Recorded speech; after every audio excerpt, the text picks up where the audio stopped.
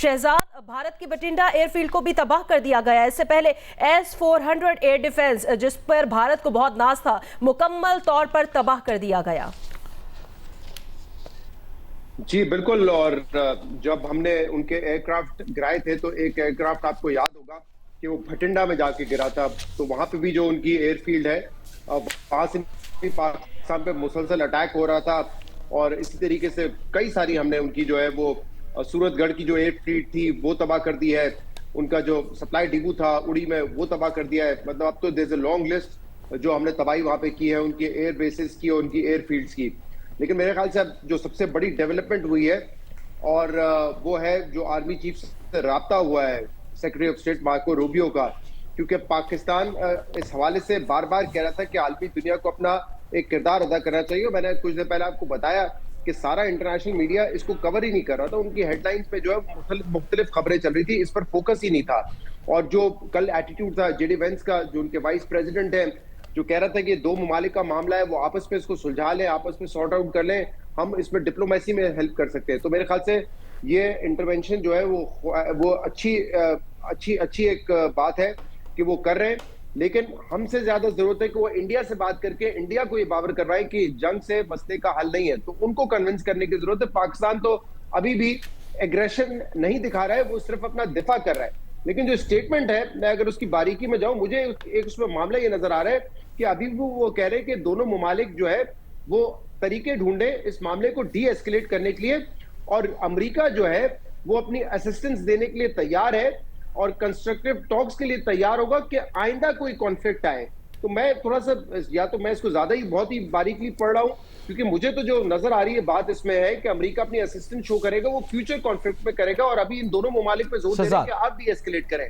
अगर ये इंडिया के बस में, तो इंडिया तो डी एस्केलेट करेगा नहीं। और आई एम श्योर हमारी तरफ से भी यही जवाब दिया गया होगा, अगर इंडिया पीछे हटता है तो हम भी तैयार हैं। लेकिन अगर इंडिया मुसलसल दरअंदाजी करता रहेगा, पाकिस्तान की एयर स्पेस की वायलेशन करेगा, पाकिस्तान में ड्रोन भेजेगा, पाकिस्तान में अटैक करेगा, then Pakistan is not going to stop. Pakistan has shown its power.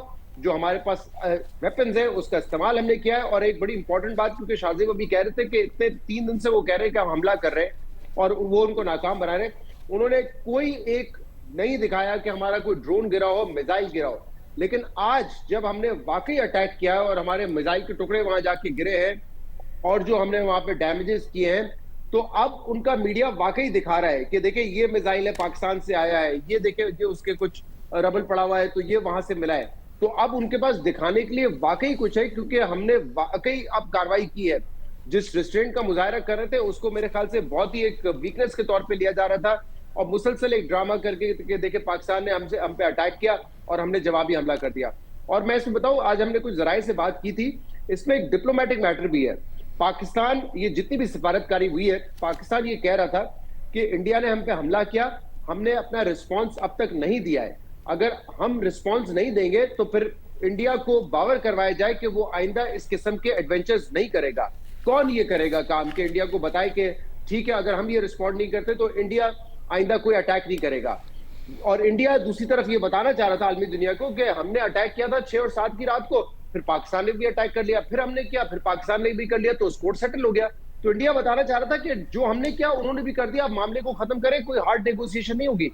Pakistan चाह रहा था कि अगर डिप्लोमेसी हो, हार्ड नेगोशिएशंस पर हो, और इंडिया दोबारा ये एक्ट ना करे, इसकी अश्योरेंस दिलाई जाए, क्योंकि हमने अब तक रिस्पॉन्ड नहीं किया। और अगर ऐसा नहीं होता, डिप्लोमेटिकली कोई इंडिया को नहीं ये करवा सकता कि वो आइंदा इस तरह के कॉन्फ्लिक्ट पे नहीं जाएगा, तो फिर we have a right to defend, we have a right to respond, जो हमने आज किया है। अच्छा शहजाद, जिस बारीकी से आपने इस बात को पढ़ने की बात की, अगर हम उसे देखें, गुज़िश्ता रोज नायब सदर जेडी वेंस के बयान के पस मंजर में, जिनका कहना यह था कि हमें क्या पराई जंग से लेना देना, अमेरिका को कोई लेना देना नहीं है। साथ ही यूक्रेन के मामले में जो कुछ अमेरिका ने किया है सदर ट्रंप के इख्तिदार में आने के बाद, आपको लगता है कि मैं फोन कॉल से आगे बढ़कर अमेरिका को रोल अदा करने पर तैयार दिखाई दे रहा है आपको? देखिए, ये जो कॉन्फ्लिक्ट स्टार्ट हुआ है उसमें किस हद तक उनका रोल है, मैं अभी तक इस पर जो है थोड़ा सा कंफ्यूज हूं। डोनाल्ड ट्रंप की तरफ से एक आध बयान आ जाता है कि दोनों ममालिक से मेरे अच्छे ताल्लुकात है, डी एस्केलेट करें, हम रोल प्ले करने के लिए तैयार है। लेकिन फ्रैंकली सबको नजर आ रहा था कि एक कॉन्फ्लिक्ट जो है वो बढ़ने जा रहा है, इंडिया ने एडवेंचर किया है, मामला एस्केलेट होगा, और पाकिस्तान ने टाइम भी दिया। ऐसा नहीं है कि पाकिस्तान ने उसी दिन रिएक्ट किया तो दुनिया के पास टाइम भी था इसको सेटल आउट करने का। तो मुझे नहीं पता कि इस कॉन्फ्लिक्ट को रिजॉल्व करने के लिए अमेरिका किस हद तक आगे जाएगा, और क्या वो इंडिया को प्रेशराइज करा सकेगा, कन्विंस कर सकेगा, मना सकेगा कि वो पीछे हटे। ये सबसे अहम सवाल है, क्योंकि आज आपने देखा ना, सऊदी मिनिस्टर भी यहाँ पर आए हुए थे, और पाकिस्तान ने भी, हमने जब वजीर खारजा से बात की, इंक्लूडिंग पाकिस्तान, सारी दुनिया डी एस्केलेशन के हक में, लेकिन इंडिया जो है वो इस हक में नहीं था। तो अब फ्यूचर कॉन्फ्लिक्ट रेजोल्यूशन की तो बात कर रहा है यूएस के, उसमें हम असिस्टेंस देने के लिए तैयार हैं। एग्जैक्टली ये लिखा हुआ है that US has offered US assistance in starting constructive talks in order to avoid future conflict. लेकिन जो अभी जंग छिड़ी है, ये तो बंद करवानी है ना पहले। ये तो इंडिया को कहना है कि आप पीछे हटेंगे तो फिर पाकिस्तान पीछे हटेगा। अच्छा, पाकिस्तान का मौक़िफ़ यह है कि एक न्यू नॉर्म बन गया है कि आप कोई भी हम फॉल्स फ्लैग ऑपरेशन करें, पाकिस्तान पर इल्जाम लगाएं और चढ़ दौड़ें, और उसके बाद फिर कहें कि जी टिट फॉर टैट हो गया और हम बैठ जाएंगे। तो ये सिलसिला पाकिस्तान चाहता है हमेशा के लिए बंद हो, और ये जो बदमाशी खित्ते में इंडिया ने लगाई हुई है ये नहीं चलने देगा अब। एब्सोल्युटली, देखिए यही है ना, हम चाहते हैं कि हर कुछ साल बाद वो उठकर कहें कि तुमने हम पे हमला किया है, या तुमने स्टेट स्पॉन्सर टेररिज्म किया है, और अब हम तुम पे हमला करेंगे, तुम्हारी एयर स्पेस को वायलेट करेंगे, तुम्हारे एलओसी पे हम फायरिंग करेंगे, वर्किंग बाउंड्री की वायलेशन करेंगे, इंटरनेशनल बॉर्डर्स की वायलेशन करेंगे। ये नहीं हो सकता, और इसको रोकने का हमारे पास सबसे अच्छा तरीका ये है कि डिप्लोमेटिकली हम इसको हल करें, बायलैटरल टॉक्स करें। दहशतगर्दी का कोई वाकया पाकिस्तान में हो, इंडिया में हो, आप टेबल पर बैठ के उसको सॉर्ट आउट करें। आप किसी तीसरे फरीक को बिठा लें, आप एक सिस्टम बना लें जिसके जरिए आप कोई भी दहशतगर्दी का वाकया हो, और अगर किसी मुल्क को दूसरे के खिलाफ एतराज है, वो वहां पे एविडेंस लेके जाए, आप उसको सॉर्ट आउट करें। आप ये मैकेनिज्म बनाए ना। ये कौन सा तरीका है कि आप यूएन चार्टर की खिलाफवर्जी करके, इंटरनेशनल बॉर्डर्स की खिलाफवर्जी करके चढ़ दौड़ेंगे दूसरे मुल्क पे?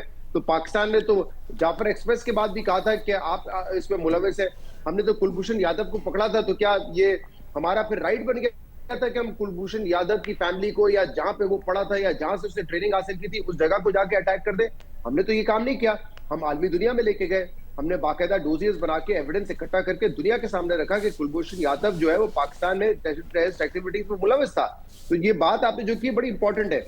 तो अगर हम इसको डिप्लोमेटिकली नहीं रोक सकते, अगर आलमी दुनिया नहीं रोक सकती कि भारत हर 2-4 साल बाद एक बहाना बना के दरअंदाजी करे, तो फिर एक ही तरीका रह जाता है, और वो है कि आप एस्केलेट करें टू डी एस्केलेट। यानी तुमको आप जवाब देंगे तो फिर वो शायद पीछे हटेंगे, क्योंकि पीछे तो वैसे नहीं हट रहे ना, 4 दिन से वैसे ही मारे जा रहे हैं। हम सिटिंग डक की तरह तो नहीं बैठे रहेंगे ना।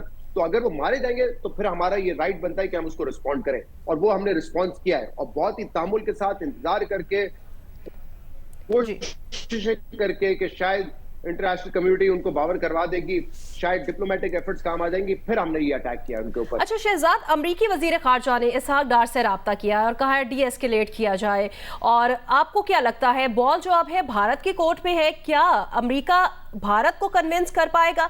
क्योंकि शुरुआत भारत की जानिब से की गई, और पाकिस्तान को अब कहा जा रहा है कि आप डी एस्केलेट करें, हमारी तो सोवरेनिटी, हमारी कौमी सालमियत का मसला है। तो पाकिस्तान तो जवाब देगा, जारहियत का जवाब तो भरपूर दिया जाएगा। तो अब अमरीका क्या रोल प्ले करेगा भारत को कन्विंस करने के लिए? बिल्कुल करना चाहिए। मैं वही अभी तक देख रहा हूं कुछ भारतीय चैनल्स पे कि शायद मुझे खबर नजर आ जाए कि मार्को रूबियो ने वहां पे भी राब्ता किया है, क्योंकि अब ये मुमकिन है कि अगर वो बात करें डी एस्केलेशन की, तो शायद हो सकता है कि अब भारत मान जाए, क्योंकि अब भारत का भी नुकसान हुआ है। और मैं देख रहा हूं वहां पे एक अब हलचल सी मची हुई है, क्योंकि उनकी जो आर्मी ब्रीफिंग होनी थी वो 5:45 पे होनी थी, ठीक है, इंडियन टाइम था, और वो पूरी तैयारी थी। मेरी जिन दोस्तों से बात हुई, जो हमारे कॉन्टैक्ट्स हैं इंडिया में, उनसे बात हुई, वो कह रहे हैं कि पूरी तैयारी थी, आके एक जबरदस्त ब्रीफिंग की, प्रेजेंटेशन की, कि हमने जो है पाकिस्तान के 3 एयर बेसिस इंक्लूडिंग नूर खान एयरबेस, जहां पे डिग्निटरीज आते हैं, जहां पे हमारे जो फौजी क़यादत है उनको ट्रैवल करना होता है, वो एयरपोर्ट इस्तेमाल करते हैं, उस बेस को हमने अटैक किया। यानी कि हमने पाकिस्तान के रावलपिंडी में घुस के उनको मारा है, हमने उनकी बाकी एयरपोर्ट्स पे हमला किया है। ये पूरा एक प्रिपेयर्ड था कि उनकी आर्मी ने आके ब्रीफिंग देनी है। इंडियन चैनल जो है वो काउंटडाउन चला रहे थे कि 15 मिनट्स लेफ्ट, 13 मिनट्स लेफ्ट, लेकिन उसके बाद वो मौखर करना पड़ी, क्योंकि क्या हुआ, सूरत-ए-हाल में एक तब्दीली आ गई। तब्दीली आई कि पाकिस्तान ने अपना दिफा का इस्तेमाल करते हुए उन पर हमला किया, बताया है कि हम भी आपके एयरबेस को हिट कर सकते हैं, पॉपुलेशन को नहीं, आपकी तरह सिविलियंस को नहीं, एयरबेसिस को, जहां से आप अटैक करते हैं वहां पे हमारे दिफा का राइट है, हम उसको अटैक करेंगे, हम उसको डैमेज करेंगे। और उसके बाद क्या हुआ कि वो जो ब्रीफिंग थी वो मौखर कर दी गई। अब वो कब होगी पता नहीं, लेकिन अब ये बात आ रही है कि जो डिफेंस मिनिस्टर है राजनाथ सिंह, वो आर्मी चीफ से मिलेंगे, बाकी जो सर्विसेज चीफ है उनसे मुलाकात करेंगे। तो जाहिर सी बात है वहां पे भी एक पैनिक है ना। पहले तो वो क्या था कि उन्होंने अपनी वॉर गेमिंग कर ली और उन्होंने कहा चलो करो, हमला पाकिस्तान तो नहीं करेगा, बट अब मेरे ख्याल से वो सर जोड़ के बैठेंगे। और ऐसे में अगर अब आदमी प्रेशर आता है या कोई प्रेशर छोड़े, उनको कोई अकल दिलाने की भी कोशिश करता है, तो उनमें जरा सी भी अगर अकल है, कोई रैशनैलिटी बाकी है, कोई लॉजिक बाकी है, they should step back, because ये तो एक कैटास्ट्रोफी है। अदरवाइज ये जंग बढ़ जाएगी, इट्स ह्यूजली डेंजरस। दोनों मुल्क इस चीज का एहसास करते हैं कि वो न्यूक्लियर का वर्ड अपनी जबान पे नहीं लेकर आते हैं, बट अगर ये जारी रहा मामला, तो जिस तरीके से आज मिसाइल जोड़े, गॉड नोज, अल्लाह जाने क्या होगा, फिर कहां तक ये जाएगा मामला। ठीक है, तो इसलिए अगर थोड़ी सी भी उनमें समझ है, लॉजिक है, रैशनैलिटी है, दे शुड स्टेप बैक। हम अहम खबरें अपने नाज़रीन तक पहुंचाते हैं। शहजाद, वापस आपकी तरफ सवाल करते हैं, लेकिन जो ताज़ा तरीन खबरें आपसे कुछ देर पहले तक आई हैं, भटिंडा एयरफील्ड को तबाह कर दिया गया है, अखनौर एविएशन बेस को भारत की तबाह कर दिया गया है, भारत की अखनौर एविएशन बेस को तबाह कर दिया गया है। ये वो दोनों एयर बेसेस हैं जिस पर 2 रोज कबल भी जहां से भारतीय उड़ने वाले तैयारों को निशाना बनाया गया था। इस हवाले से सिरसा एयरफील्ड को तबाह किया गया है, जिसकी कंफर्मेशन भारतीय न्यूज चैनल्स पर भी चलाई गई है। सिरसा एयरबेस ये भटिंडा के नजदीक ही है, और उसके बाद भटिंडा एयरबेस को भी, और उसके अलावा अखनौर एविएशन फील्ड को भी तबाह कर दिया गया है। शहजाद, आपकी जानी बातें हैं, अगर हम पाकिस्तान आर्मी का, पाकिस्तान फजाइया का, पाकिस्तान नेवी का रोल देखें, तो एक जो जॉइंट एफर्ट है, हमें एक काम सूरत हाल नजर आती है, एक प्रोफेशनल सूरत हाल नजर आती है कि हम आम शहरियों को निशाना नहीं बनाएंगे। हम 10 प्लेन्स गिरा सकते थे, 5 गिराए, हमने तहम्मुल से काम लिया, हद से तजावुज नहीं किया। आज भी एहतियात से काम लिया जा रहा है, शहरियों को निशाना नहीं बनाया जा रहा, बल्कि जो मिलिट्री टारगेट्स हैं सिर्फ उन्हें निशाना बनाया जा रहा है, आंख के बदले आंख का उसूल इस्तेमाल किया जा रहा है। कितना रिस्पॉन्सिबल रिस्पॉन्स आप इसे करार देंगे? भी वजह आज देखा होगा, जो प्रेजेंटेशन थी जिसमें DGISPR भी मौजूद थे, एयरफोर्स और नेवी के भी वहां पे रिप्रेजेंटेशन थी, और जो ब्रीफिंग दी गई वो सो प्रोफेशनल। मतलब आज के दौर में ये बिल्कुल एक फैक्ट बात है कि डिजिटल फुटप्रिंट या फिर इलेक्ट्रॉनिक सिग्नेचर्स के एयरक्राफ्ट कहां से उड़ रहे हैं, मिसाइल्स कहां से लॉन्च किए जा रहे हैं, रूट क्या है, कहां पे जाके हिट कर रहे हैं, ये तो इजीली अवेलेबल है ना। ये ऐसा तो नहीं है कि अब आपके पास सैटेलाइट की फैसिलिटीज नहीं है जो ये सारा डिटेक्ट ना कर सके।